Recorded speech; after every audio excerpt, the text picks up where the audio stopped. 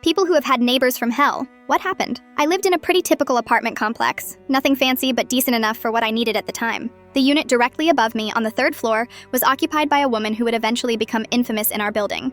Not because of loud parties or fighting, but because of the stench she brought with her. At first, I didn't notice much beyond the usual apartment smells, but after a few months, a strong, persistent odor started to seep into the hallways and into my apartment. It smelled exactly like cat urine, sharp, sour, and utterly impossible to ignore. The stench would hit me as soon as I stepped into the hallway near her door, and sometimes it drifted down the stairs and into other parts of the building. Passing her in the hallway was its own ordeal. She smelled so strongly of cat piss that I had to hold my breath just to walk by without gagging. It wasn't just a faint odor, it was overwhelming, like she'd bathed in it. I started noticing that on windy days, the smell spread beyond just our building. Neighbors from other buildings in the complex would complain that the whole area smelled like a litter box. For 2 years, I put up with this. I filed multiple complaints with the apartment office, hoping they'd do something to fix the problem. Other neighbors complained too, but nothing changed. The management was slow to act and seemed unwilling or unable to enforce any rules. Eventually, I called animal control. That's when the full story came out. The woman had about 30 cats crammed into her small apartment. There was nowhere for the cats to go other than everywhere inside that space. The entire apartment was soaked with urine and filth. Animal control swooped in and removed all her cats. The sight and smell in that unit must have been unimaginable,